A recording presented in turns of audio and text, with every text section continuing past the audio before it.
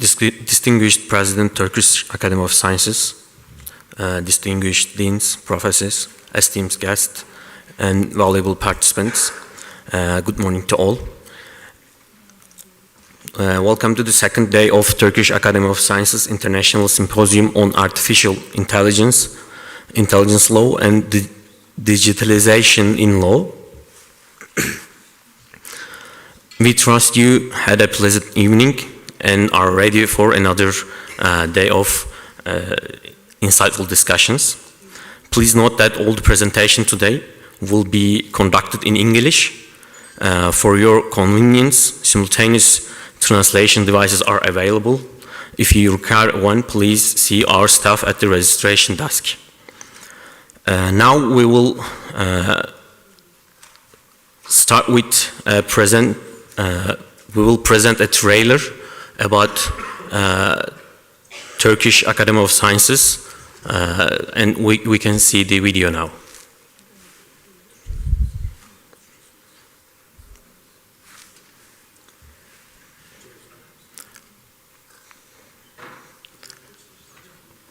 Tanıtım filmini izlemek için açabiliriz.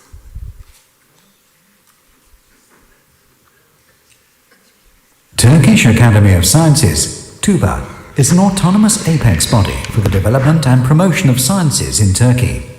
The origins of the academy go back to Encümenidanis, Society of Scholars, which was founded in 1851 and known as the first Turkish science academy in the modern sense.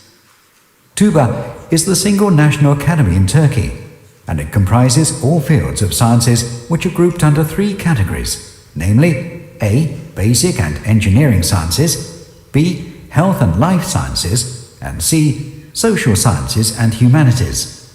TÜBA contributes to the promotion of sciences through its working groups, grants and awards, scientific reports and collaboration with sister academies in the world. TÜBA has awards programs addressed to both Turkish, national and non-Turkish international scientists. TÜBA awards are given to the awardees with the ceremony held under the auspices of the President of Turkey. TÜBA Academy Prizes were launched in appreciation and encouragement of eminent scientists in 2015 and open to all scientists in the world. TÜBA Academy Prizes are given to those scientists with original, leading and path-breaking works in their fields. Awards for outstanding young scientists, TÜBA Gebib, were launched in 2001, and this award program is one of the first of its kind in the world.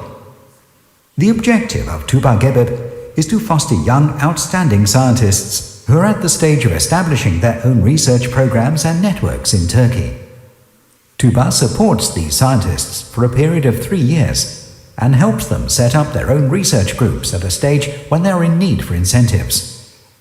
Awards for Best Books, TÜBA TESEP, were launched in 2008 in order to encourage the writing and publication of qualified Turkish scientific works. The Academy working groups are engaged in various scientific events and publications in important and current issues. The project for Dictionary of the Scientific Terms in Turkish is being carried out in 4 main areas of social sciences, natural sciences, health sciences, and engineering sciences.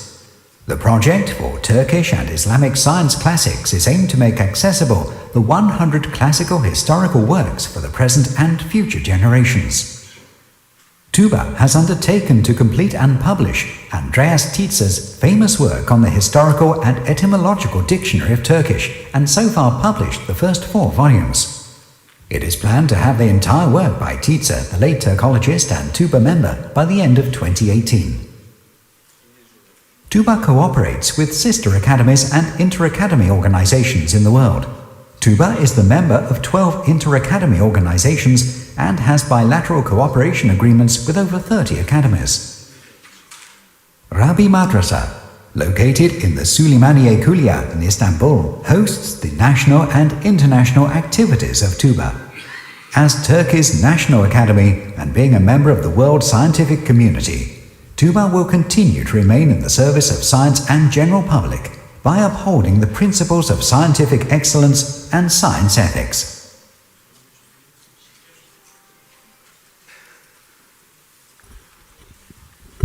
Thank you. Before starting, I would like to invite Professor Muzaffer Şeker to give his opening speech for today.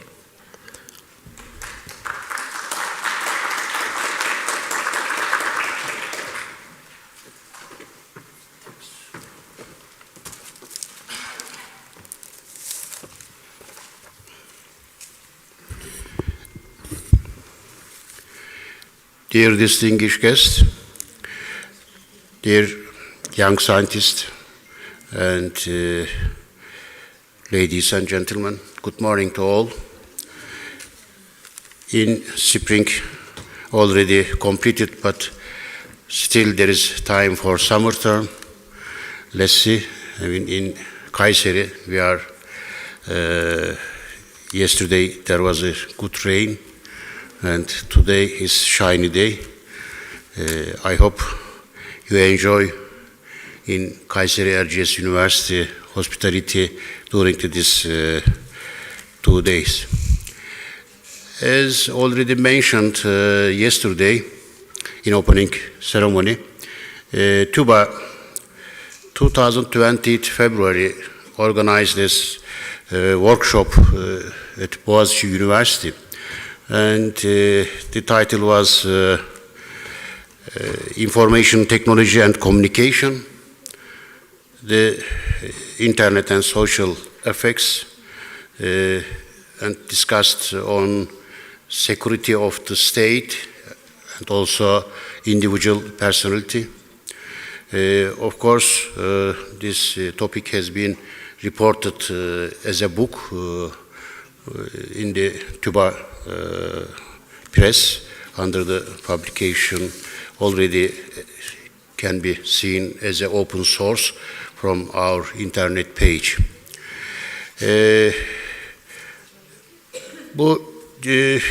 Despite the TÜBA's early warnings, some problems were not addressed in time.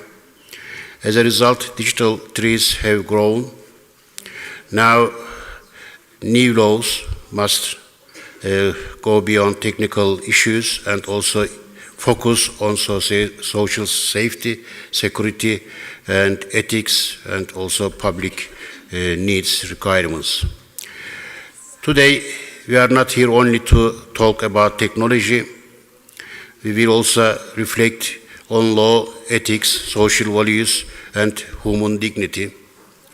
Because artificial intelligence is not only a topic for engineers, it is shared issues for lawyers, thinkers, public leaders, and all of society covered our life. As artificial intelligence becomes part of decision making, the line between human will and machine control becomes unclear. There is a fusion between us. This creates big questions for law and technology. Who is responsible when an artificial intelligence makes a decision? What is the legal and moral results when it affects human life? These are not only technical questions, but also social and ethical ones. Like all technological developments, artificial intelligence is powerful and valuable, of course, but this power must be used with care. If we only use it for speed, profit, and competition, the risk losing respect human dignity. Technology should grow with ethics, and ethics must put people first. Humanity should be considered earlier. Today, many global problems are linked to the loss of community feelings. Personalized digital wars are breaking our shared reality. Screening friendships replace neighborhood ties. Data replaces solidarity, and our ability to act together is failing. In this situation, law must not only regulate but also protect and balance within the society. Artificial intelligence is not only a social matter, but also a strategic one for states and trade companies and whole society. Privacy, personal data abuse, and cyber threats are now both national and global concern. In the digital age, data is the most fragile part of freedom. Without protecting data, we can protect neither safety nor liberty. Laws like the European Union Artificial Intelligence Act show us that artificial intelligence needs legal control, not just technical standards. It is important for Turkey to be part of this global legal movements, to build strong national laws that also match global values. This symposium will help us reach that goal through academic knowledge, legal insight, and social awareness. I believe the ideas shared here today will help shape not only today, but also for tomorrow's. I thank all speakers, moderators, scholars, and initiatives which support this event, and especially Erciyes University for hosting it. I wish you all productive and inspiring symposium. Sincerely, thank you for your patience and attention.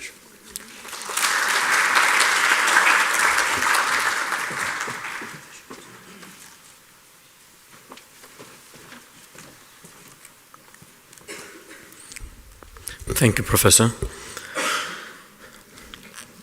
Now we will proceed with our international sessions.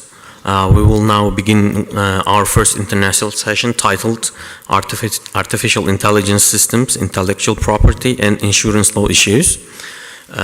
Since all the professors are on the stage, I will just announce them.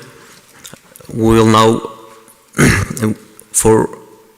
to chair this session, I would like to announce Professor Umut Türksen from Coventry University, United Kingdom. For his presentation titled Artificial Intelligence Systems as Legal Persons, I would like to announce Professor Michael Martinek from Saarland University, Germany. Next, for his presentation on artificial intelligence and insurance, I would like to announce Professor Helmut Heiss from Zurich University, Switzerland. And for his presentation titled The Digitalization of European Civil Procedure, I would like to announce Professor Jan von Hein from Albert Ludwig University of Freiburg, Germany. Dear Chair. Yeah. Thank you, Alperen. So I'll be chairing this session and I'll keep an eye on the time. My one request after all the presentations are finished, we will have a question and answer. So if you could keep your questions succinct rather than making a long statement, just that would help us, to answer those questions as well. So that would be my request. So I'll invite Professor Martinek first for his presentation. Please welcome him with warm welcome.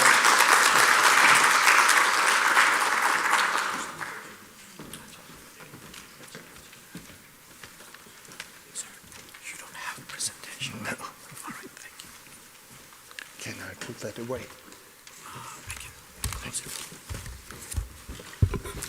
Good morning, everybody. Good morning, dear colleagues. Good morning, distinguished guests. Thank you for the introductory remarks, Umut. I am very glad and happy to be with you here today and to have the honor to, in a way, give the introductory first speech on this second day of our conference. As you already have heard, the topic and title of my speech is Artificial Intelligence Systems as Legal Entities. And there is a subtitle which you do not find in the programs, and that runs Stillbirth or premature birth of the electronic person. Now, dear listeners, I will not commence without uttering a word of gratitude. I am very happy to be here again at this university, where I've been some 15 years ago for the first time. And so I am in a way an old friend of the university, the more so since I know, for example, Professor Murat Dogan, and also Professor Sinan Okur is a distinguished friend, if I may say so, because he studied in Saarbrücken, Germany, where I stem from, and was my doctoral candidate, in fact. And I am, of course, very proud and happy to see him here again now and to observe his career. As you all, or most of you know, for a professor, it is a wonderful experience to see the disciples flourishing and thriving in a way. Now let us start with the topic.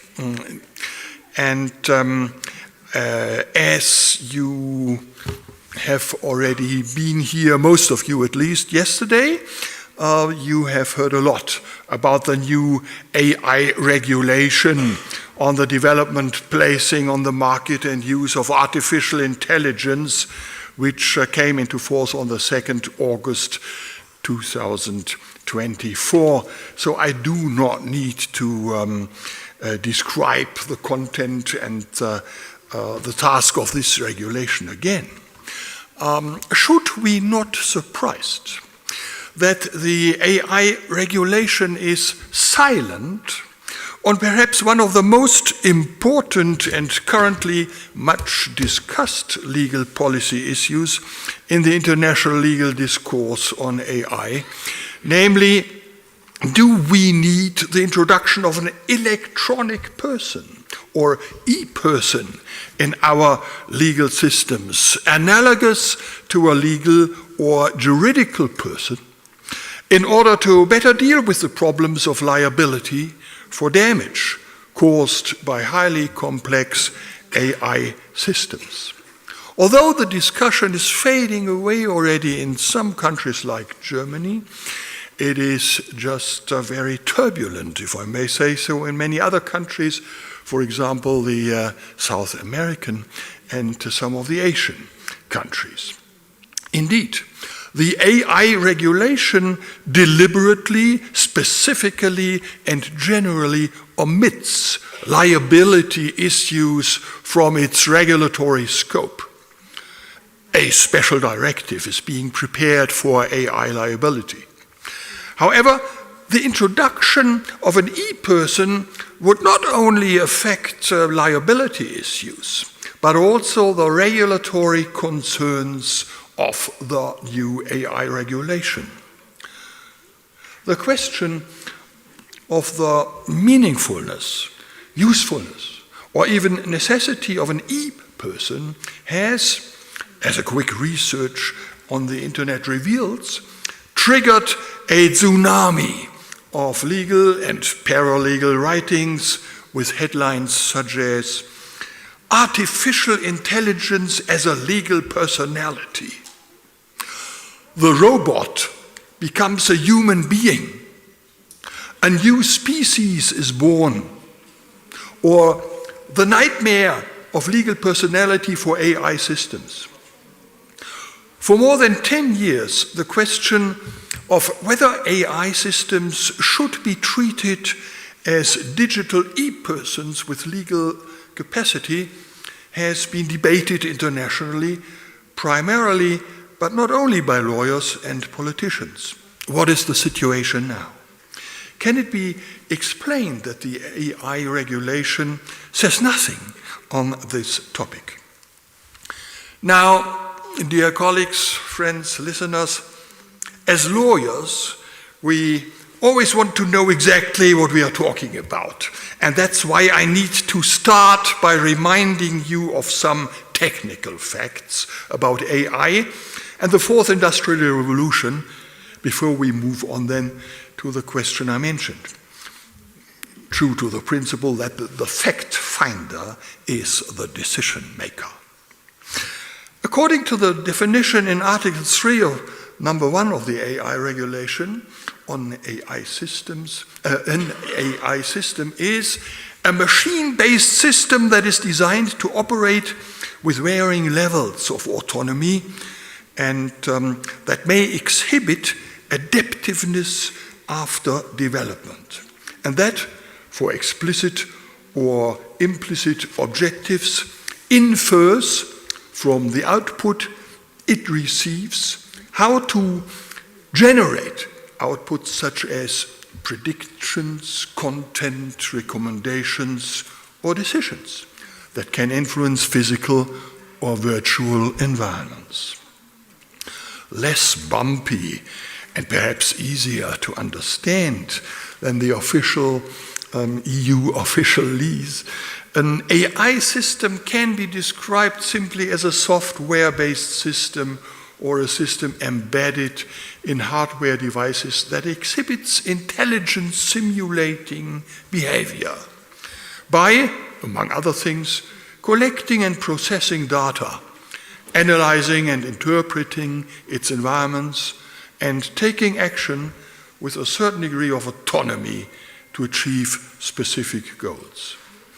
An AI system is autonomous if it functions by interpreting certain inputs and using a series of predetermined commands without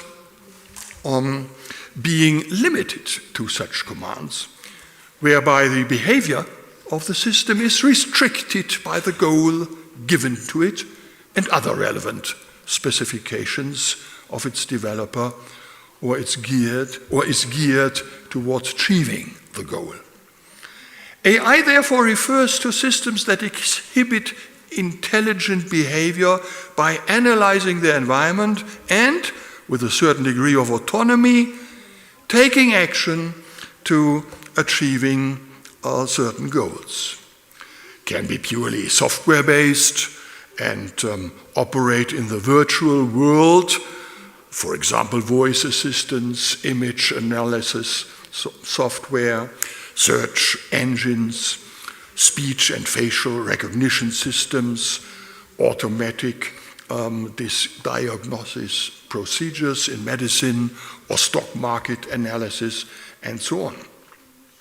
But it can also be embedded in hardware devices, advanced robots, for example, autonomous vehicles, drones, or Internet of Things applications. AI systems attempt to emulate the cognitive abilities of humans using algorithms. Put simply, algorithms are mathematical instructions, that is to say, control commands that ensure that a data input is converted into a data output. The instructions can be designed in such a way that the algorithm, on the basis of clearly specified action steps, searches for and analyzes patterns and correlations in a database in order to achieve a predefined goal. Now, this form of AI, which operates within the limits set by the programming, is referred to as weak AI. These are closed and mostly supporting systems, digital assistance systems as the ones I mentioned. This, and only this, is the area of Industry 4.0 in which we currently live.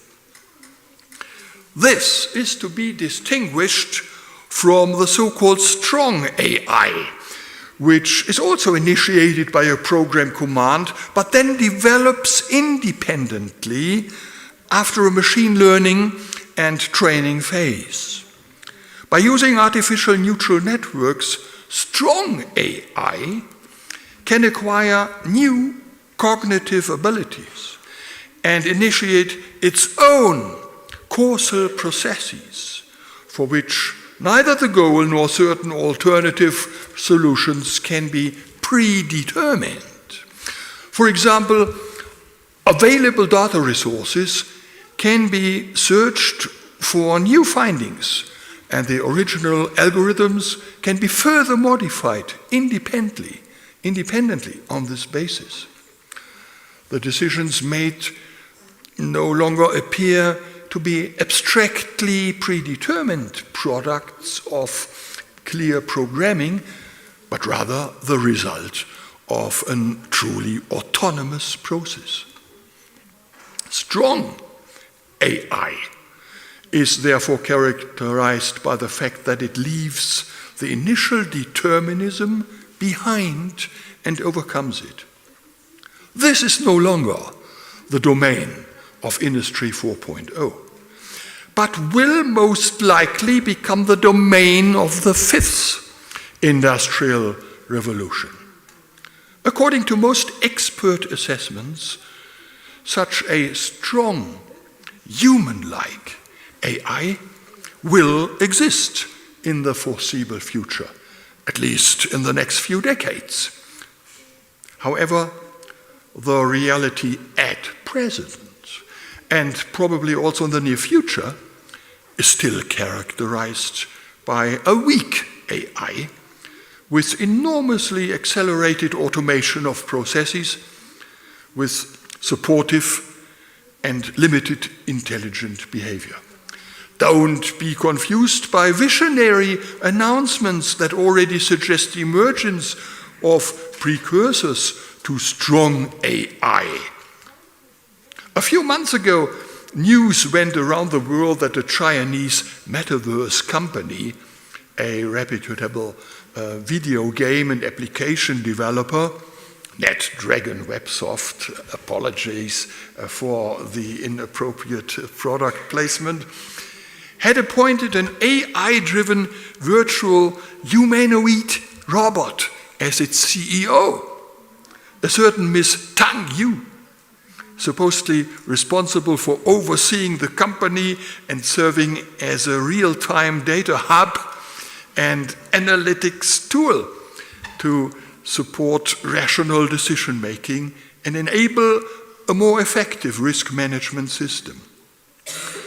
If you study the news carefully, it becomes clear that Ms. Tang Yu still belongs to the fourth industrial revolution, as her artificial intelligence is only weak.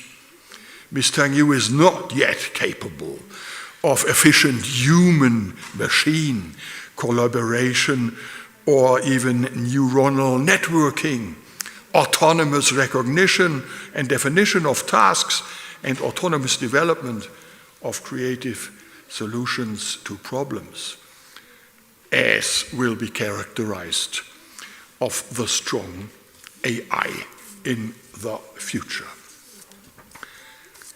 Now, ladies and gentlemen, the existence of weak AI and the prospect of future strong AI in Industry 5.0 has triggered a growing concern, a growing sense of concern among lawyers and politicians, legal scholars and legislators, and sparked a heated discourse on the question of whether it will not become difficult to clearly assign and delimit responsibilities and accountability in the event of wrong decisions and malfunctions of AI systems, and whether it is not a need to adapt legal systems to the new developments.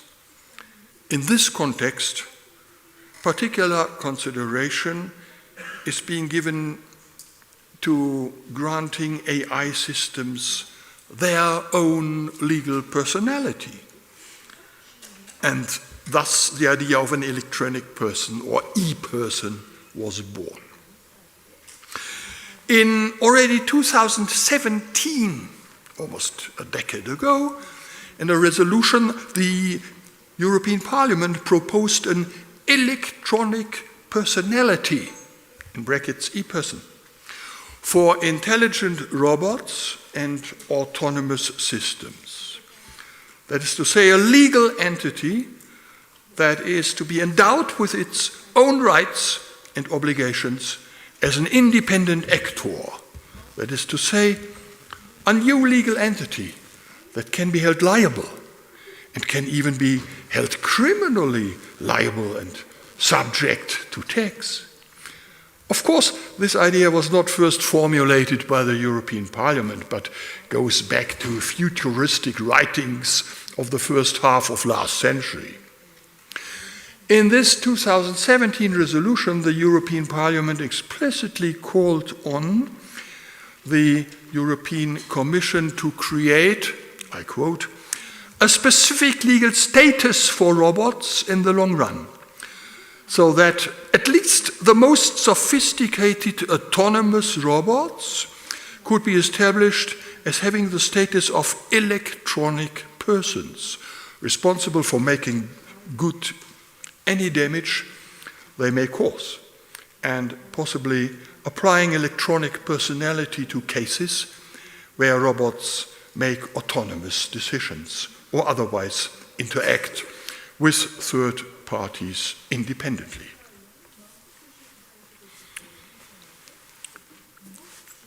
In our legal system, or in our legal systems worldwide, the legal persons, legal entities, are actors who are recognized de jure and ex lege as having the capacity to bear rights and obligations, so-called legal capacity.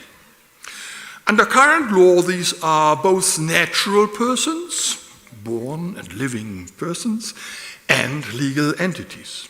That is to say, associations of persons and assets in permanently established, purpose-bound organizations, such as corporations or foundations. Our legal systems worldwide do not recognize any legal persons other than the expressly selected and mostly registered legal persons that fulfill the prescribed legal requirements. These may also include, by the way, as in Canada, New Zealand, India, or Ecuador, ecosystems such as rivers, lakes or dams, temples or monuments. Today, there is hardly any doubt that this characterization is based on a legal political will and a legislative decision. It is not mandatory, not God-given, not an a priori ontological phenomenon. Certainly, originally in the 19th century, the concept of legal personality or legal subjectivity and capacity was partly linked to the nature of man and mystically exaggerated. However, as a result of numerous writings on legal philosophy and civil law theory, the view quickly prevailed, in Germany primarily under the influence of von Savigny's theory of fiction, that legal persons should be seen as purely functional and purposeful. Depending on their normative form, they embody legal aspects of the allocation of rights and duties, and as such are not pre-legally determined. Consequently, it was soon deemed permissible for legal entities to no longer be represented exclusively by natural persons. Organizations and even assets without a personal substrate, like foundations, could also be assigned rights and obligations, even if they have neither will, consciousness, nor emotionality without managing and representing people. On the basis of this prevailing functional approach, according to which the creation of legal entities is owed to an act of attribution under domestic law, the introduction of a new legal entity in the form of an e-person can certainly be regarded as feasible, in the sense of legally permissible and practicable. There are no a limine obstacles. The e-person could be introduced by the legislator at any time. Feasibility and permissibility are not an issue.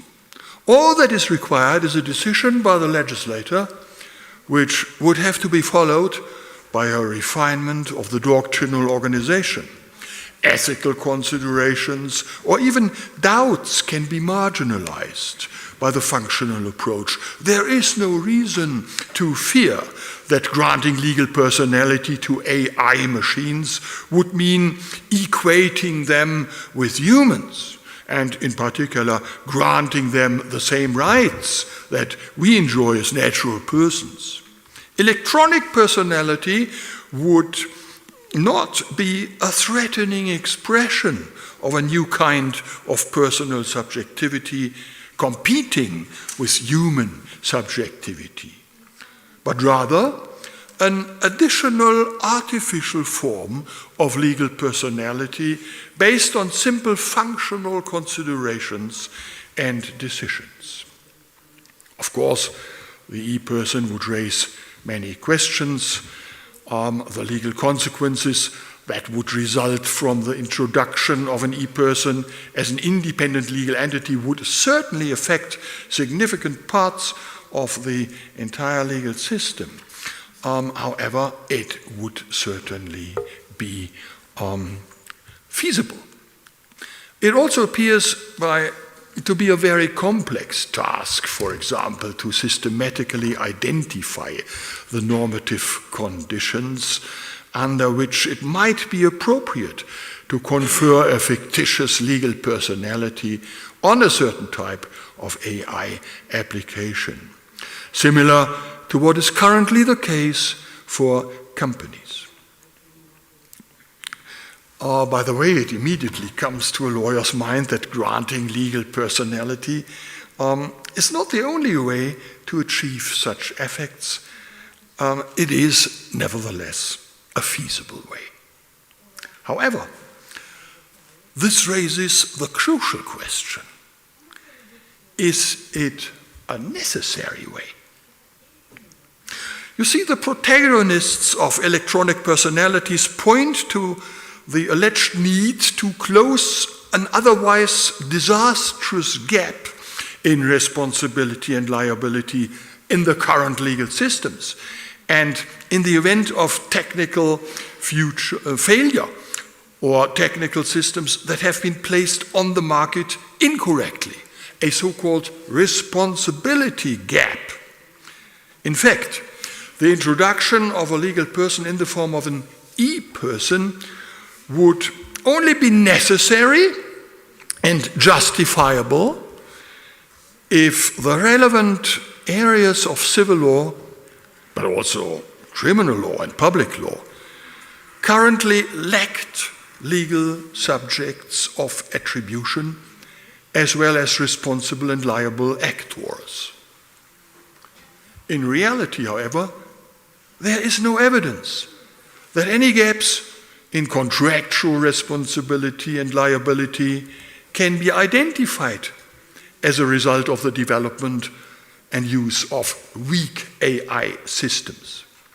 This concerns the particularly important area of the conclusion of contracts by automated and semi-autonomous systems. Of course, contractual or quasi-contractual liability requires a legal qualified relationship between the parties before any damage occurs. But even in non-contractual liability law, namely tort law and product liability law, no worrying legal loopholes can be identified in relation to AI systems that could not be easily compensated for by innovations inherent in the system. To summarize, given the existing liability rules today, I do not want to go into details, it is always possible to identify a natural or legal person who can be held liable for damages caused by the use of the weak AI system.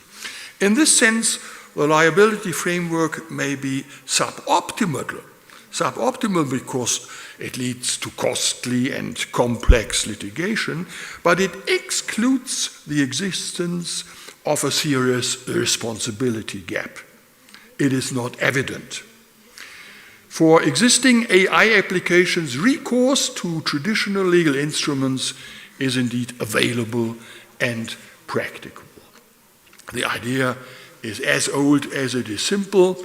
Liability is imposed on whoever is in control of a particular risk and is liable to manage it successfully. Our conclusion is therefore obvious. The need to implant an e-person in the civil law systems at present cannot be recognized.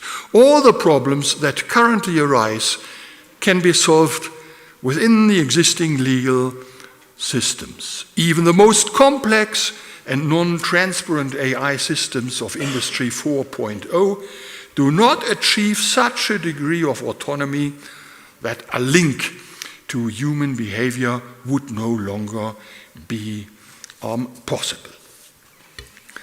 The resolution of the European Parliament of the 20th of October 2020 with recommendations to the Commission on a civil liability regime is also based on these considerations. The same European Parliament which in 2017 resolution had promoted the idea of recognizing AI systems as having legal personality explicitly departed from its previous position 3 years later and now states that all physical or virtual activities, devices or processes driven by AI systems can technically be the direct or indirect cause of personal injury or damage or to property, but are almost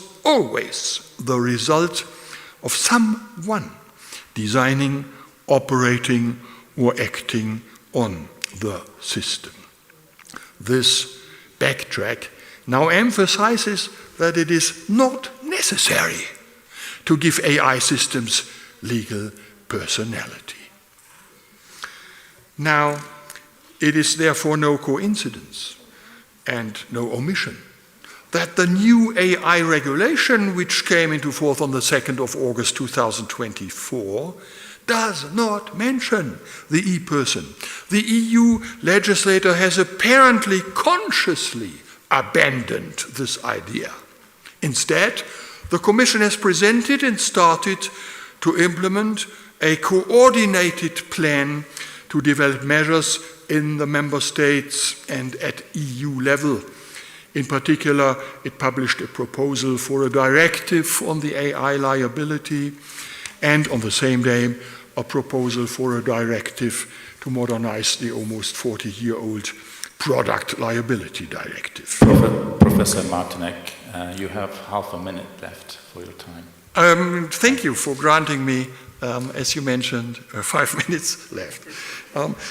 In Germany, by the way, the German Jurists Conference in 2022 dealt with the subject, and the majority of the experts in fact came to the unanimous result: the introduction of an e-person offers no advantage over the creation of strict liability or liability replacing insurance. In contrast, my highly esteemed successor to the Saarbrücken chair, Professor Dimitrios Linardatos, who is with us today and will be a speaker later on, was one of the few dissenting voices in his habilitation thesis to speak out decidedly in favor of the creation of an artificial legal entity for AI systems. Now, dear colleagues, dear listeners, when preparing this presentation, it is not a difficult presentation because I do not throw any pictures at the wall. I rely on the power of words and therefore deliver just an ordinary speech like in the old days. But when I prepared this speech, it was not difficult for me to anticipate your objections to my considerations.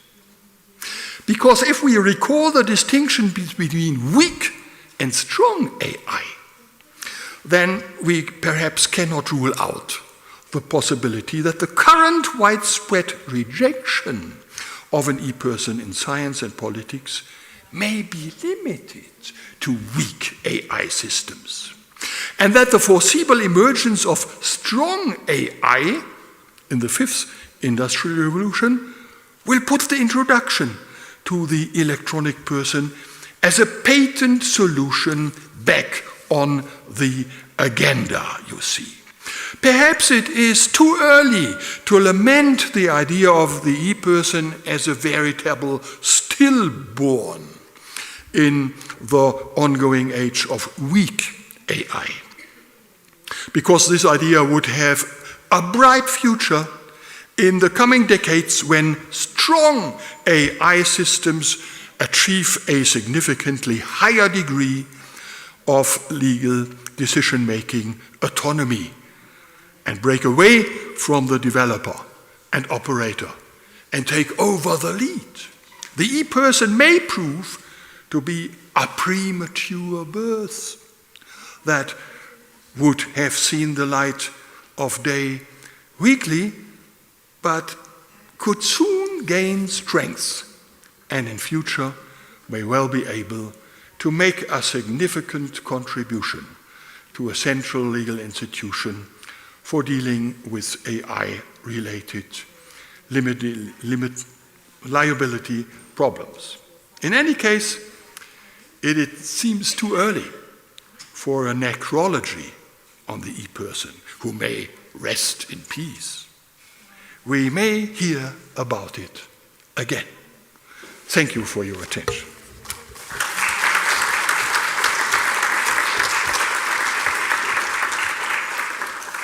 Thank you very much, Professor Martinek. Yeah, someone will help you.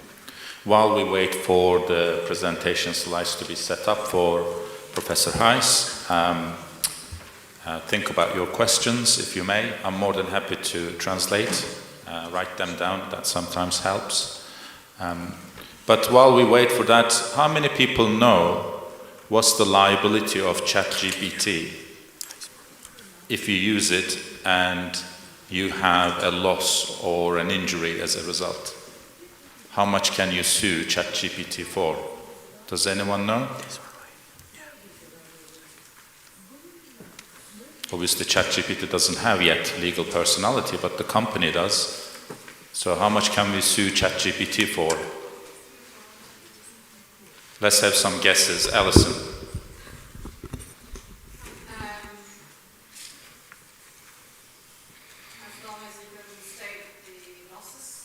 Now, the user and terms and conditions state how much the company would be liable for if they cause a damage or an injury.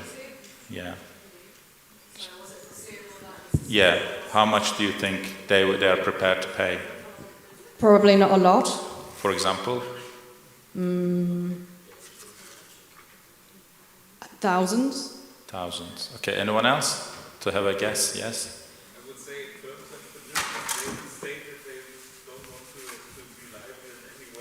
Okay, Dimitris says no liability whatsoever. Any other guesses in terms of the amount of liability? Yes, Alperen? There was a suit case in the US, I guess. They were charging $100 million for paintings. Yeah, that's the claim, but when you, as a user, use the ChatGPT, you agree to the terms and conditions, And the terms and conditions states the company is liable for $100 US. That's it. Okay. No further review, but you can see how companies avoid. Yeah. Hangi hukuk bağlamında soruyorsunuz hocam? Türk hukuku bağlamında mı? Türk hukuku bağlamında değil, Amerika. Çünkü ama Türkiye'de sonuç itibariyle the company is registered in California, so the Californian law will apply. Fark etmez. Burada hizmet yürüttüğü için ürün güvenliği sorumluluğu hükümlerine göre sorumlu olur burada. Yeah, the assets of the company, of course, is in California, so it's a very complex issue to bring a claim. Anyway, no further ado, Professor Hayes, the floor is yours, and I'll keep the time on your presentation. Thank you. Well, thank you very much. Thank you for the organizers of this conference for inviting me, having me here, also for the second time.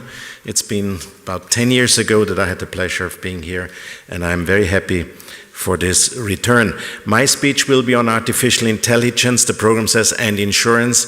That raises many, many different subjects, but I chose the one of liability insurance. You have heard my dear colleague Martinek speak about liability issues, liability gaps, but if we want there to be liability and we want liability to be effective, then this liability must be insured, because the one thing you need is not a person to be liable, like an e-person, but you must make sure that this person has money. If the person liable doesn't have money, liability will not help you in any way. So this is why I was taking up this subject, and my lecture will deal with a very short overview on the EU legislation on AI. You have heard a lot about that. I don't need to say much about it. And then insurance-related issues. First of all, I would like to mention insurance as an invisible legislator. Insurance always influences the regulation and the liability rules on everything, including AI. I would like to address the issue whether AI risks tend to be uninsurable and whether we need alternative compensation schemes, alternatives to insurance, liability insurance. I will address also the question, do we need insurance for what I call pure immaterial loss, loss of pain and suffering, not a physical loss, an injury, or a loss of property, but just pain and suffering. And also, do we need compulsory liability insurance in order to make sure that a liability will always be accompanied by deep pockets, a liability insurer being able to pay for the claims. Now, I've listed again the regulations. I will be brief. The EU Artificial Intelligence Act, a regulation, a horizontal regulation covering all types of artificial intelligence systems, differentiates between unacceptable risks, they are forbidden to be used, I don't need to deal with them, high AI risk systems which are regulated, very important precautions must be taken, limited risks where the operator must only be transparent, telling the users that they are dealing with AI rather than with human beings, and minimal risks which remain unregulated. So we are dealing with regulated high-risk AI systems, and this regulation may cause liability, of course, if you violate the regulations. What is more important from the perspective of liability is the new EU Product Liability Directive of 2024, which now dictates that software and systems of artificial intelligence are products, and a strict liability may result from any defect of such products. One of the defects may be that they do not comply with the Cybersecurity Act, another regulation of the European Union. And finally, there was a proposal for an AI liability directive, which was not really supposed to deal with liability, but rather with side issues of liability, but this has been withdrawn lately by 11 of February 2025. Now, what does all this mean for insurance? First of all, the liability directive on product liability hardly ever mentions insurance. It doesn't deal with insurance. In spite of some pleas in the political community to install a compulsory insurance regime, the directive remains rather silent on issues of insurance. However, they do mention that the Commission has to evaluate the new directive in 2013 and 2030, and within this evaluation they should give information on whether product liability insurance is available in the market. And this goes to show that a legislator will always evaluate the degree of liability depending on whether the liability can be transferred to the insurance market on acceptable premium rates. And if this is not the case, there's a tough choice. Either you forbid the activity as too dangerous because it's not insurable, or you accept the risk and look for other compensation systems. So in a way, the availability of insurance is like an invisible hand dictating what the legislator will do in terms of regulating liability. This raises the issue of whether AI risks may be uninsurable.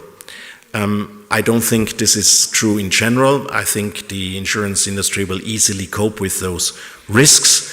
But it is very often said that artificial intelligence may cause systemic risks. We'll talk about financial issues in the afternoon, and some have prognosis that eventually financial systems may just break down collectively. And if this is the case, then of course no liability insurer will cover the risks resulting from such a systemic failure of an AI system. And we have seen software failing and causing losses around the globe, and this of course is not covered by one insurer, also not by a co-insurance arrangement. In such cases, indeed, we would need alternative compensation schemes such as pooling systems, which we have in nuclear energy liability or in terrorism cases, where the individual risks are simply too big to be covered by regular insurance. You can also bring the risk into the capital market by linking insurance to a security and then get investors to cover the risk upfront by investing the sums that are needed for covering damages. Or you combine insurance solutions with public subsidies. You create public-private partnerships, again an alternative mean of covering such risks.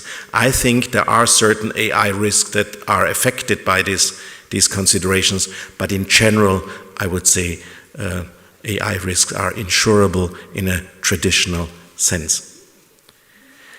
What I do want to highlight, however, is that we may see a shift in the types of losses arising. We may think of a medical AI system, and we may think of physical loss suffered by patients when they undergo surgery done by AI. This is a rather old-fashioned case from the perspective of liability insurance, because liability insurance typically covers personal injury cases or damage to property cases. But we will hear a lecture today on the selection of employees, a decision-making by AI to select this person rather than the other person, and there may be a bias and one person may be discriminated against. Now, the loss occurring out of such a wrong decision is a pure economic loss. There is no personal injury, there is no damage to property, it's a purely economic loss. And we also see in the list, in the Annex 1 to the AI Act, on high-risk AI systems, many of them cause rather damage to human rights, to personality rights in the private law area. They cause discrimination that feels bad, that may give pain and suffering, and we will have indemnifications based on pain and suffering. They stem from violation of a personality right, but violation of personality right in general, and at least in the German industry, is not covered by liability insurance. So what we end up is, from an insurance perspective, with pure immaterial loss not covered. But those who will be held liable will need insurance. And I think in this way we must heavily expand the scope of cover of liability insurance as compared to how we know liability insurance today. Finally, and this is my strongest point, the question, do we need compulsory AI liability insurance? One thing is clear, national law is not suitable to solving the EU problem of this question. We have had one case decided by the European Court of Justice that concerned a breast implant, a product, a breast implant that was produced in France, but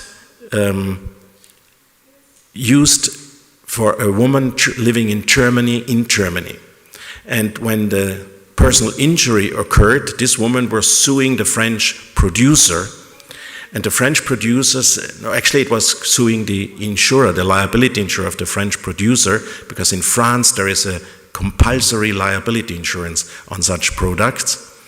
And the insurer refused to pay, saying that I only cover damages occurring in France. And the question came up whether the law of the European Union demanded the national legislator, in this case France, to broaden the scope of cover to other EU nationals like Germans or Greek or Spanish or Finns.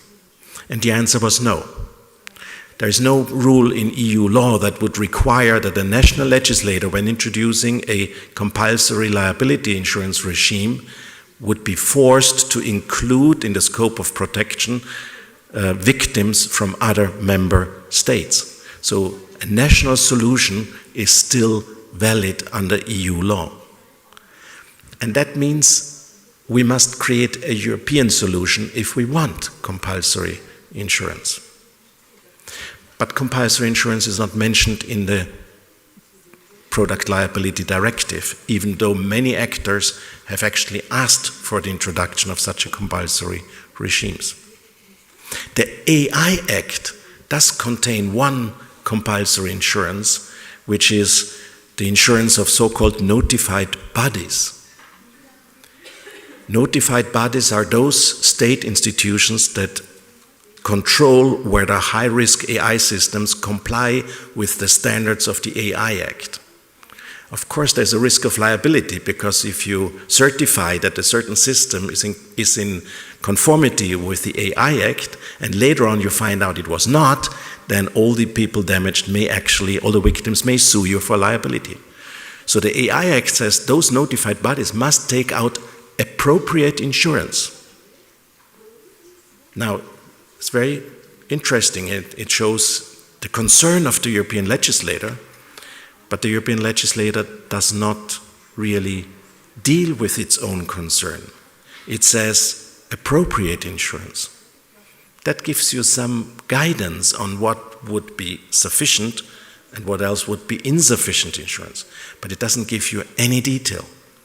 And the solutions that will be taken by national legislator will vary to a large extent, and the limits that must be observed will vary. You will have 1 million here, 10 million there, 100,000 in another place, and nobody will really know what is appropriate. So I wonder whether we need new ways in compulsory insurance on the union level of legislation. The first question to be answered is, do we need compulsory liability insurance for AI as such? And I want to be very short to make up for some time. My answer would be no. We do not need a horizontal duty to take out insurance for any type of AI. If any, we need it for high-risk AI systems. And I think even there we need sectorial solutions. Some AI risks rather affect my dignity and will cause pain and suffering, and you will be able to estimate what the sums available to the victims will be and whether you will need insurance for this, or whether those running those systems will be perfectly able to bear their liability themselves. In other areas like medical devices, probably you need liability insurance because they may cause huge damage, and in any event you must really make sure that systemic risks are covered in one way or the other, not just traditional liability insurance but also alternative compensation schemes. But what we need even more, and this is not only a concern of artificial intelligence, we need to get off those naked duties. These duties to take out appropriate insurance with no detail given. What happens with such an insurance if the policyholder and tortfeasor did not pay the premium? Can the liability insurer tell the victim, sorry, the tortfeasor who has done damage to you didn't pay the premium, I'm not liable? Or it didn't take care of precautionary measures it was obliged to take care of, so I'm not liable? What about other cases where the liability insurance freed from liability? Which amount of liability must be covered? Can it be 1 million here, 3 million there, 100,000 in the third member state? That cannot be the case. So my idea would be to clearly determine those individual sectors of AI where we first of all need a compulsory insurance scheme. And once we have detected them and we have created artificial intelligence, then we need a horizontal regulation on details of any compulsory liability insurance regime, not just the one for medical devices or for face recognition systems, but for any, including motor liability, including other. We have compulsory liability insurance schemes in the marine sector, in the airway sector, and so on. And they lack, other than motor vehicle, they all lack details. So we need a horizontal regulation on compulsory insurance, and I think artificial intelligence could actually be the occasion on which we will take up this issue.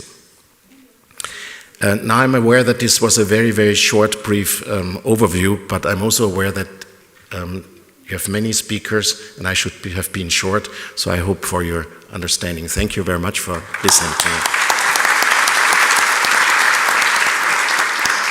Thank you, Professor Heiss, for keeping at the time. And now we have Professor Jan von Hein as our next speaker.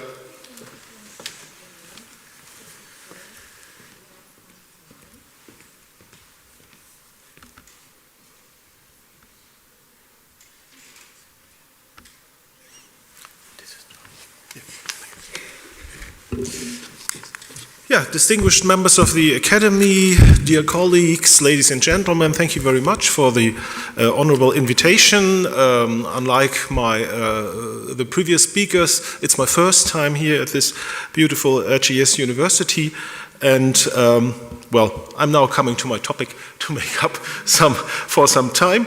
I'm going to talk about the digitalization of European civil procedure. You see here the agenda of my talk. I will give first a short introduction to the subject, then an overview of the current state of digitalization, and then I come to the main part of my presentation, which will deal with the digitalization with regard to the taking of evidence and the conduct of proceedings, and I will then finish with conclusions and future perspectives. So, we have since 2023 the digitalization regulation, or as the full title of this regulation is the Regulation on the Digitalization of Judicial Cooperation and Access to Justice in Cross-Border Civil, Commercial and Criminal Matters, and amending certain acts in the field of judicial cooperation. The goal of this regulation is summarized in recital 3, which states that for the purposes of enhancing judicial cooperation and access to justice, legal acts of the Union providing for communication between competent authorities, including union bodies and agencies, and between competent authorities and natural and legal persons, e-persons not mentioned here, for conducting such communication through digital means. So this regulation aims at a rather comprehensive framework, but as the subtitle "and amending certain acts in the field of judicial cooperation" shows, this is not the only regulation in the EU which deals with aspects of digitalizing civil procedure. Already prior to the digitalization regulation, the EU evidence regulation and the EU service regulation had been reformed in 2020 in order to better take the possibilities of digitalization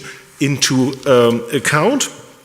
And in the following, I will analyze the current state of the digitalization of EU civil procedure with a particular focus on the taking of evidence and the conduct of proceedings by digital means.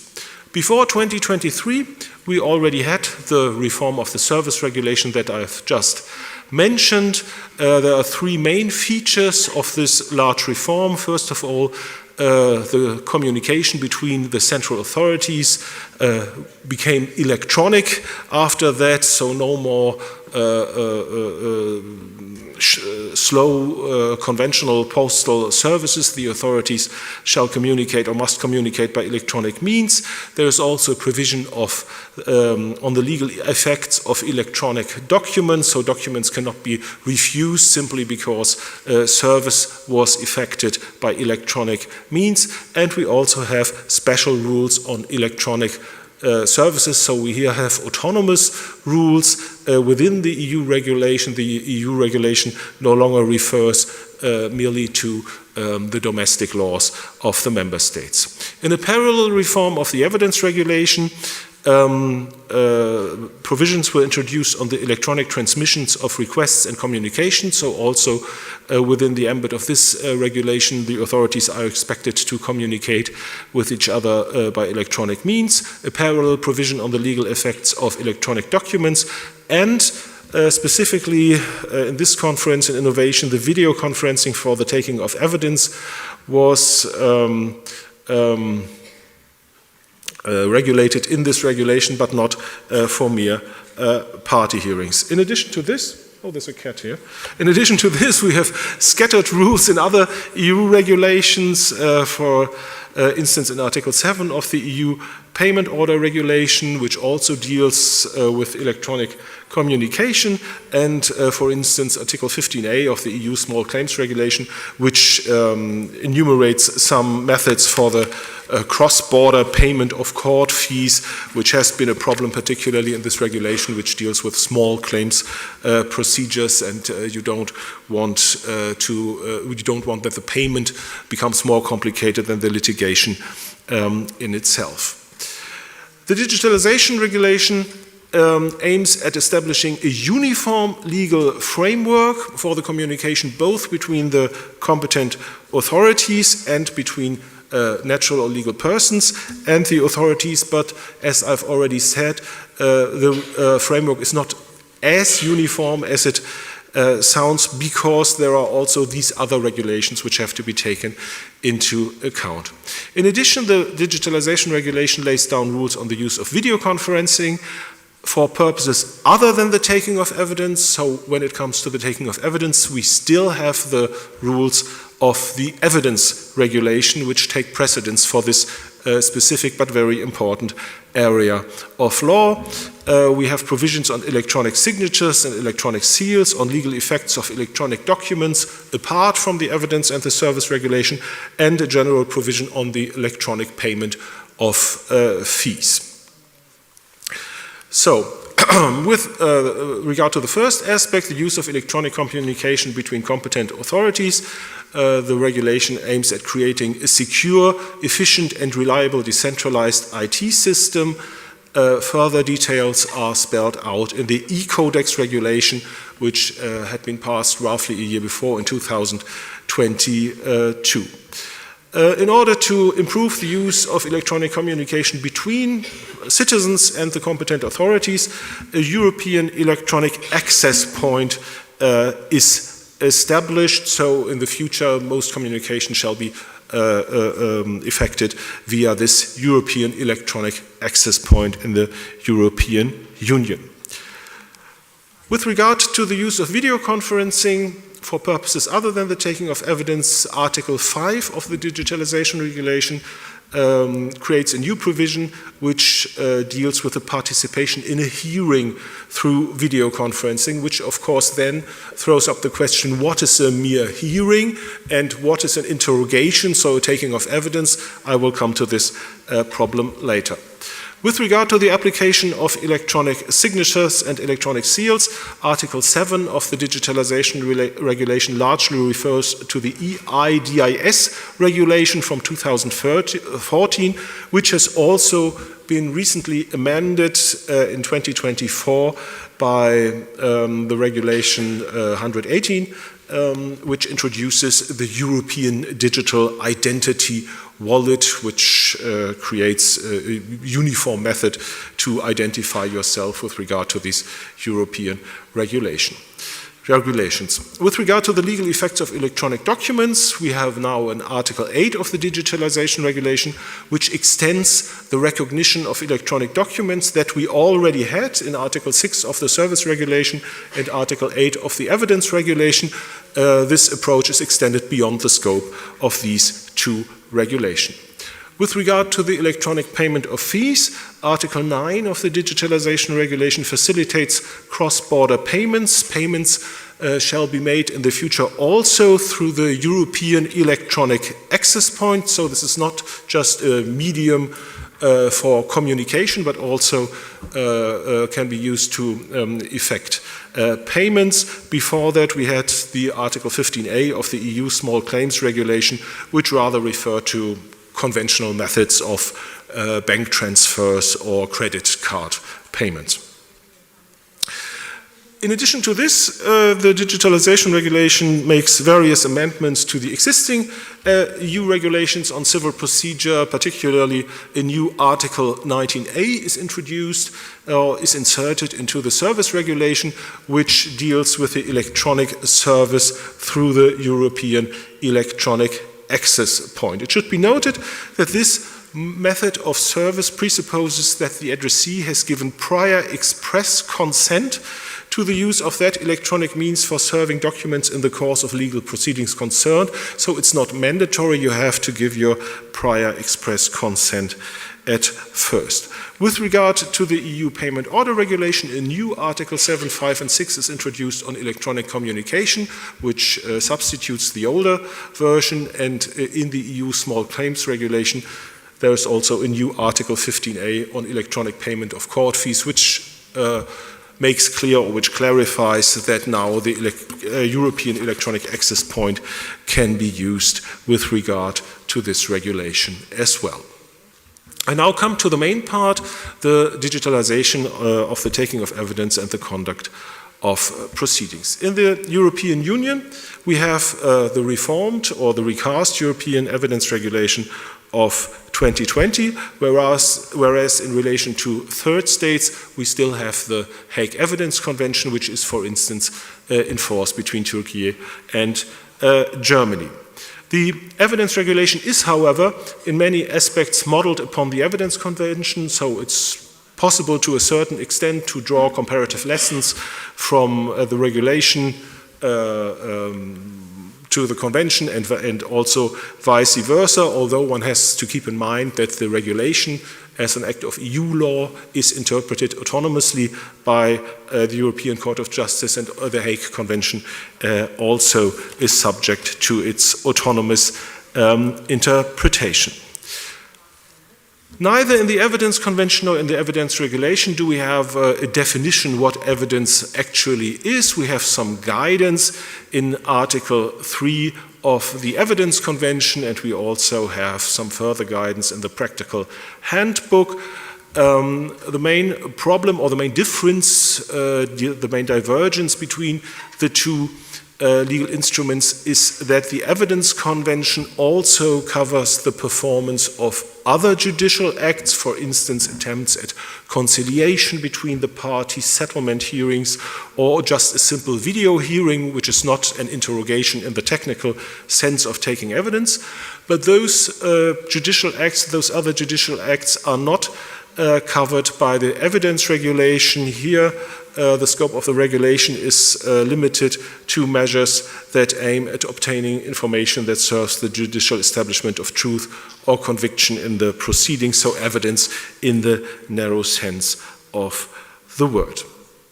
Nevertheless, the reform of 2020 had already brought some innovations. The electronic transmission of documents via a decentralized IT system was established as a rule. There was also a legal definition of a decentralized IT system introduced. Of course, this also refers to the e-codex system, which was established in 2022, although this article is not yet applicable due to the need to establish the necessary legal and technical prerequisites, the interconnectedness in all the member states.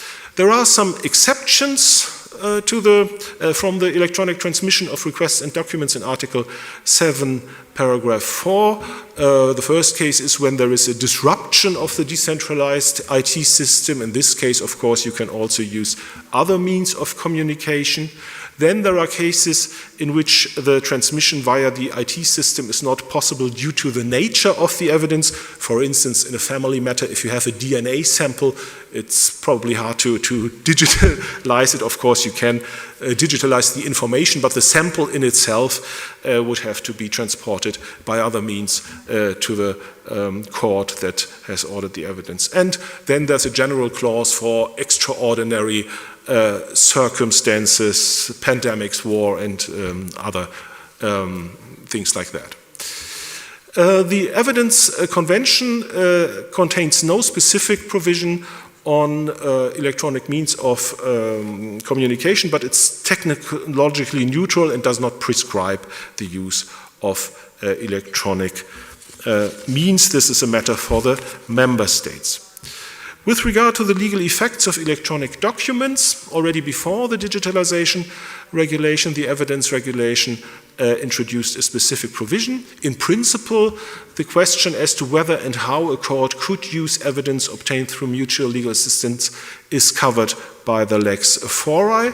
However, Article 8 of the evidence regulation specifies that documents transmitted through the decentralized IT system, as defined in Article 7 evidence regulation, shall not be denied legal effect or considered inadmissible as evidence in the proceedings solely on the grounds that they are in electronic form.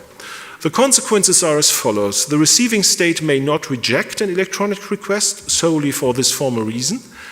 The requesting state, on the other hand, may not consider the request unresolved merely because of the electronic form. The further evaluation of the evidence then remains subject to the lex fori. In the Hague Evidence Convention, again, there is no specific provision on this matter because it's an older convention which does not deal specifically with aspects of digitalization, but the practical handbook clarifies that evidence also covers information stored in digital form. The point that is discussed most heatedly at the moment is the use of video conferencing in civil proceedings, and this is also the most important practical aspect. In the original version of the evidence regulation, which is rather old and was passed in the year 2001, we just had a simple Article 17, paragraph 4, sentence 3, which stated that the competent authorities should encourage the use of communication technologies, but it did not contain any specific provisions on that. Already then the question was discussed whether it is necessary to ask for legal assistance in a formal manner if the domestic court hears a witness located abroad via video conference while the court members remain in the home country. An internationally widespread view, especially in common law countries, says that there's no prior permission needed for such a video conference, and even in Germany some high courts, such as the German Federal Patent Court and also some lower courts during the COVID pandemic, followed this view. The prevailing opinion, however, was that the direct taking of evidence was already within the scope of the old Article 17 and is now within the scope of Article 19 and 20 of the current regulation. The German Federal Court of Justice has also confirmed this view with regard to video conferences in criminal procedural law. However, the Court of Justice of the European Union created some doubts with regard to this opinion because in the ProRail case, which did not involve a video conference but sending an expert to the territory of another member state, said that with regard to the activity of a court expert in a foreign state, the compliance with the prescribed provisions on mutual legal provisions was not necessarily mandatory. And this again revived this discussion whether you need mandatorily, necessarily a permission for a video conference. The Commission's proposal of 2018 differentiated between two scenarios, whether the person making the statement voluntarily participated in the questioning or not. However, this was dropped, and now the explicit reference to Article 19 and Article 20 of the Evidence Regulation confirms that the regulators assumed that even a video hearing of a person giving the consent requires prior approval by the central authority of the state of residence. The requirements of Article 20 then are the follows. First of all, the provision only deals with the interrogation of a person as a witness party expert, but not with a mere hearing. The residence of the person in another member state is sufficient. It does not presuppose a habitual residence or a domicile in a foreign state. There's another cat here. Then the necessary technological means must be available, and the use of video conference technology must be appropriate in the given case. For instance, it may be inappropriate in certain family matters, such as the protection of vulnerable adults, where the judge needs to gain a personal impression of the adult concern.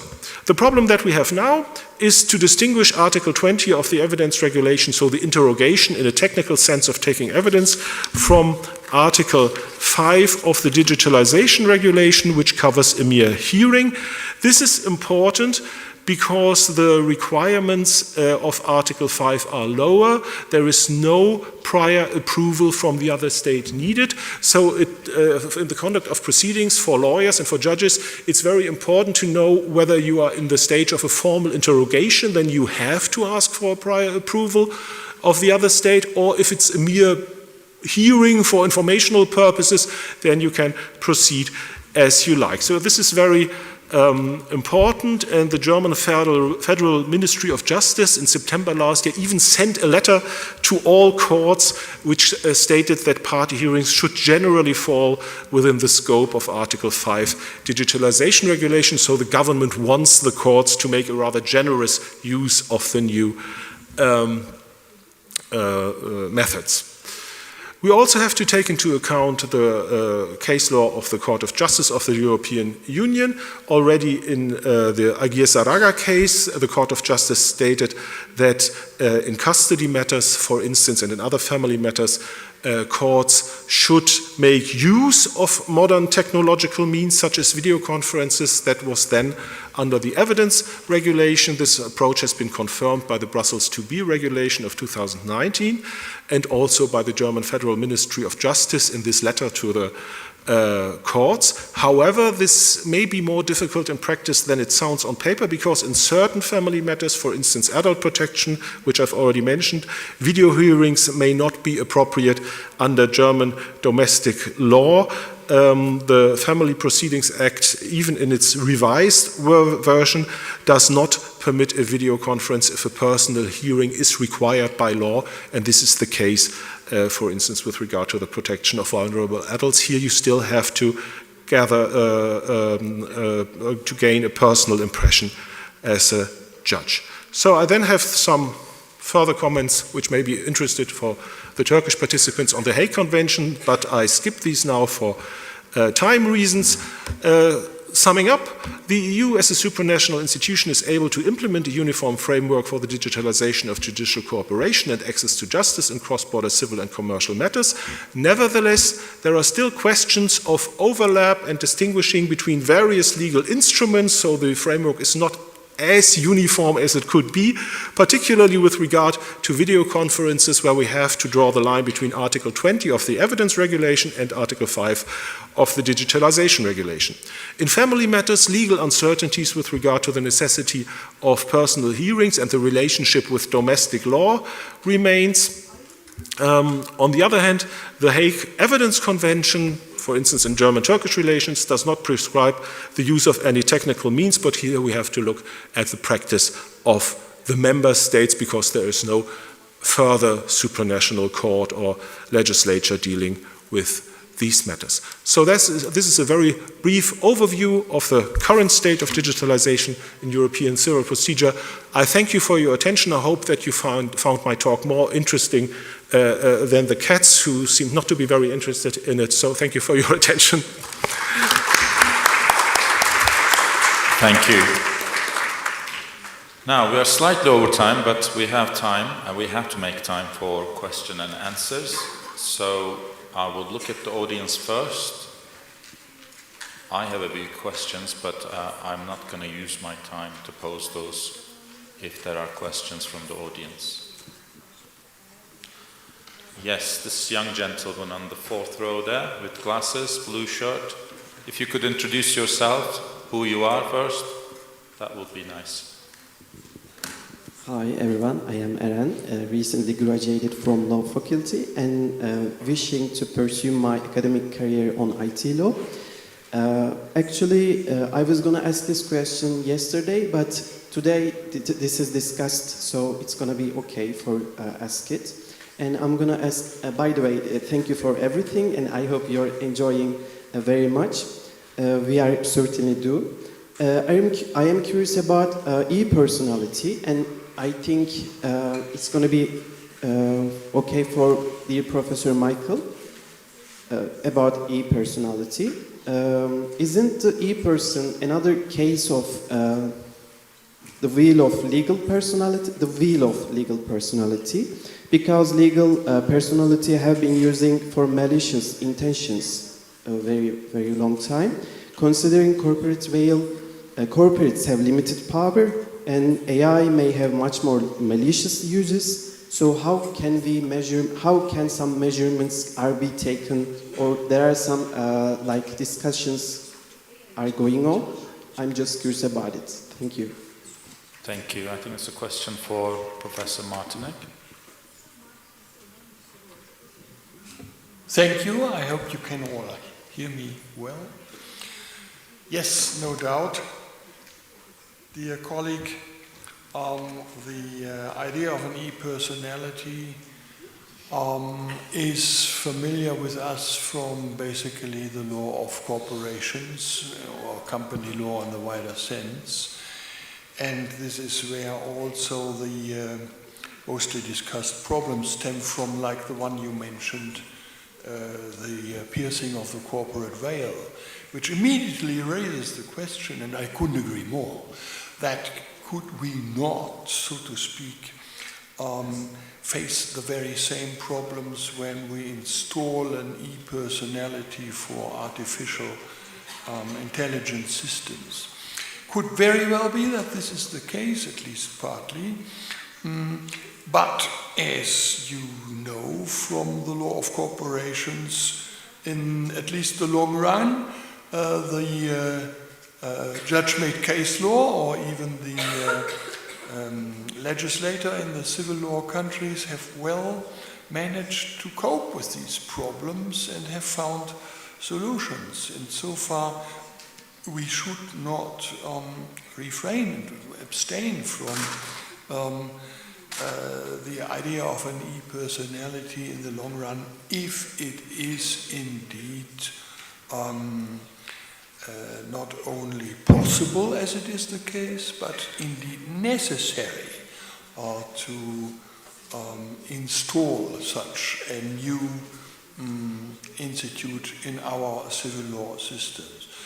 Let me just shortly remind you, the gist of my paper was that it is easily feasible and possible to install an e-personality for AI systems, but it is presently not yet necessary, and the reason being that we are still dealing with a weak artificial intelligence where it is perfectly all right without finding any responsibility gaps to make useful the ordinary civil law instruments. But in the long run, namely as soon as strong AI comes up, only then the idea will certainly be worth considering. Thank you very much. Thank you. If you don't trust your English, you can ask your questions in Turkish. Sorularınızı Türkçe'de sorabilirsiniz. Thanks. I'm Assistant Professor Dr. Hakan Koçak from Social Science University of Ankara, and I have one question to Professor Martinek and two short questions to Professor Heiss. And for the first question to Professor Martinek, in Turkey for recent years AI is debated in terms of IP law, the ownership, and in recent years, for example, from Australian court case, there is an Australian court case on Dabus case, and this is so debated in Turkey. And if we accept AI legal personality, how we determine and the border of the ownership of AI? Because in, for example, today's European regulation, AI may be accepted as person and also product. And the other question to Professor Heiss is, in Turkey, most of the insurance policies is motor liability insurances, and more than 90% conflict is emerged from motor liability insurances. And nowadays, for example, autonomous cars is gradually evolving, and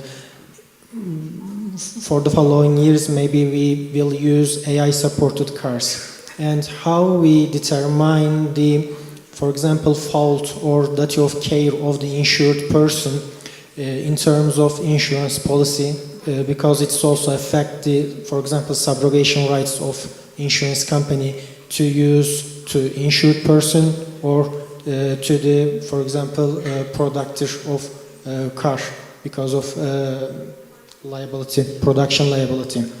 And the second question is also in terms of insurance companies, because we also use benefit from the AI machines in terms of legal interpretation, not even though not exactly, but for example, if an insurance company would like to use AI system in terms of internal control, for example, how we determine and balance of the internal control duty of insurance company if insurance company use AI system, and also how affects the, for example, board of directors liability insurances if the company use AI system for internal control. Thank you for those questions. Would you be happy, Professor Martinek, if I give the floor first to Professor Heiss, and then you answer your question?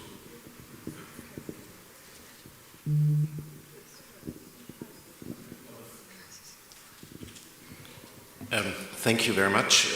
The first question concerns motor vehicle liability insurance, where we have an established system of victims' protections.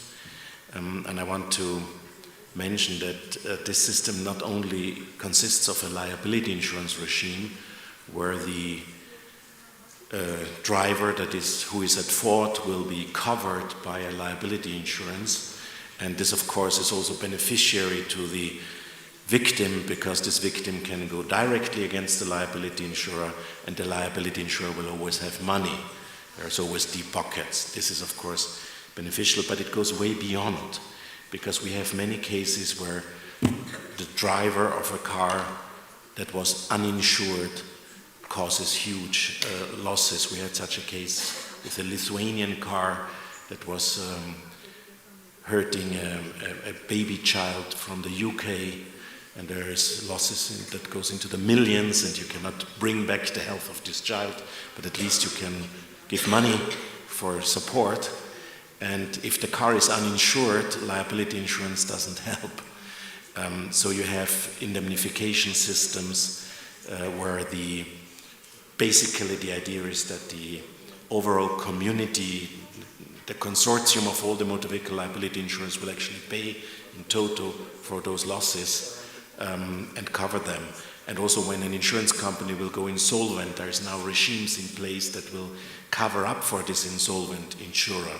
And in cross-border cases, you have special regulations for such compensation schemes when a visiting car is hurting you in your home country, in your country of residence, and vice versa, rules that you will be indemnified when you visit a foreign country and you're being insured by a car that is licensed in this visited country. And why I'm mentioning this? I'm mentioning this because giving up on this system of holding the operator of a car liable and then passing the liability on to a liability insurer and all this huge developed system behind the liability insurers is not an easy thing to do and should be done with caution. But there is an argument for giving it up, which is exactly the one you mentioned. Under the current regime, a liability insurer will pay, and then the liability insurer will take recourse against those persons who are really liable, those who created the AI, which serviced the AI. And this is why we may want to more directly channel the liability with the person who will ultimately pay, which is the liability insurer of the operator of the AI system. And I think there is an argument in shifting the liability from the operator of the car to the producer of the car and the AI components and the liability insurer behind. But shifting this liability means giving up on the existing very, very developed system of victim protection in motor vehicle liability insurance. And I don't think this is a feasible way, at least not in a short term.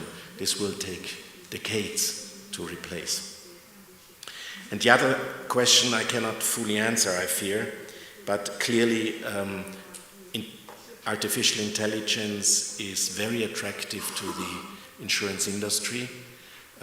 It has already been mentioned that certain decisions taken by insurers, for instance, to grant life insurance cover to a certain person, but to reject another applicant for life insurance, may be discriminating.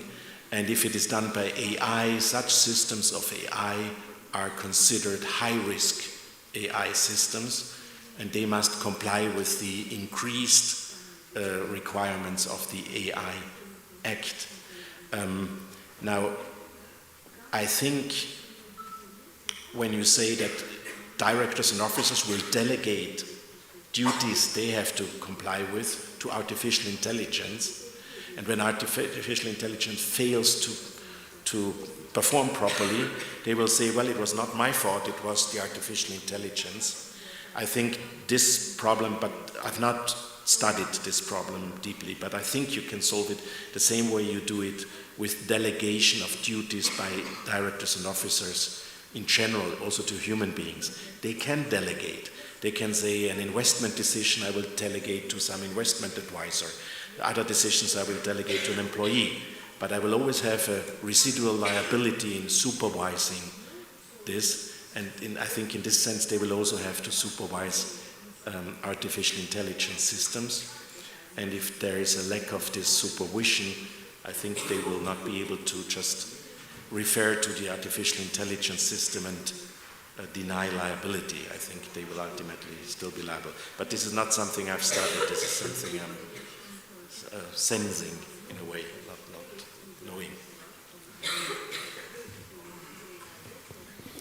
Thank you very much for your question, dear colleague, which, if I understood it rightly, centered around the issue, how can we identify the ownership or the proprietor of an IA system under the rules of an e-personality? And my answer is basically that this is no longer necessary once we have decided to actually insert the idea of a e-person into our civil law systems in the future. Look, presently under the ordinary civil law rules of liability, we have a multitude of different persons who could possibly be held liable in the case of a faulty behavior, wrong decision, causing damages of an AI system. To begin with, the developer, the manufacturer, which is possibly not the same person or company. Then, of course, the one who actually operates that, sets the AI system in motion, so to speak, the user, the beneficiary perhaps also, and then also, no doubt, the formal owner in the sense of the proprietor. So there is a multitude of persons which we can hold liable under the existing rules. In case that is no longer making sense and no longer feasible because we have a switch from weak AI to strong AI, and it is not anymore so easy, at least, to allocate personal responsibility to either of the persons mentioned. Then we have the e-person as such, as a legal entity of its own, having its own right and duties, no matter who the owner is, no matter who the manufacturer is. And as Professor Heiss rightfully pointed out, the situation is always the same, whether you are dealing with natural persons or with legal or juridical persons. The main thing is, are there any assets? Are there any assets to actually get the money to compensate for damages? And insofar, the insurance issue is no doubt a very important point. But in the first run, and in the first instance, it might perfectly in order to endow a legal personality called e-person with a certain asset, as it is at least traditionally the case with corporate companies. In the law of corporations, we have the idea of a minimum capital as a principle, to hereby have a certain security already. And only if the resources are exhausted, then insurance issue may come into play. And insofar, I think it is even a little bit of a Janus-faced situation. On the one hand, we have a multitude of possible persons can be held liable, but in case that it's no allocation of responsibility manageable anymore, then we must escape into an e-person, but then, of course, we must endow it with assets and insure this person properly. Let me just add one point, namely, we should, dear colleagues, abstain from the idea to always think of driverless vehicles and of autonomous driving as the number one example for AI systems. The promoters of the idea of e-personality do not actually think of, insurance of all the new types of vehicles without a driver. as legal personalities. That would certainly not make sense. Imagine the sheer number would not be copable with.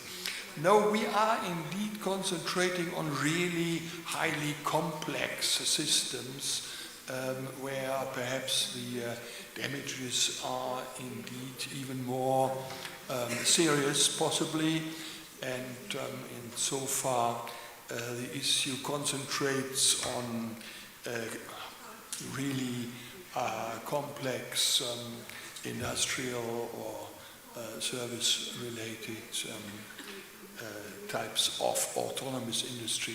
The ordinary vehicles, even if driverless, can certainly remain subject to our ordinary insurance systems, even in the case of.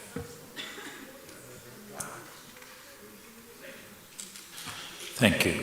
We'll have a 10-minute break in a minute, but before we conclude, I want to just very short words. Today we've considered some very important philosophical and legal issues and questions, and what it boils down to is what the founders of artificial intelligence mentioned in 1955 is the meaningful human control, and that's something that we must never forget. And we need to look at, develop and use the technology with a great sense of responsibility. Neither we are any close to establishing what type of, or what level of autonomy and consciousness we need to be able to give any electronic system a personality.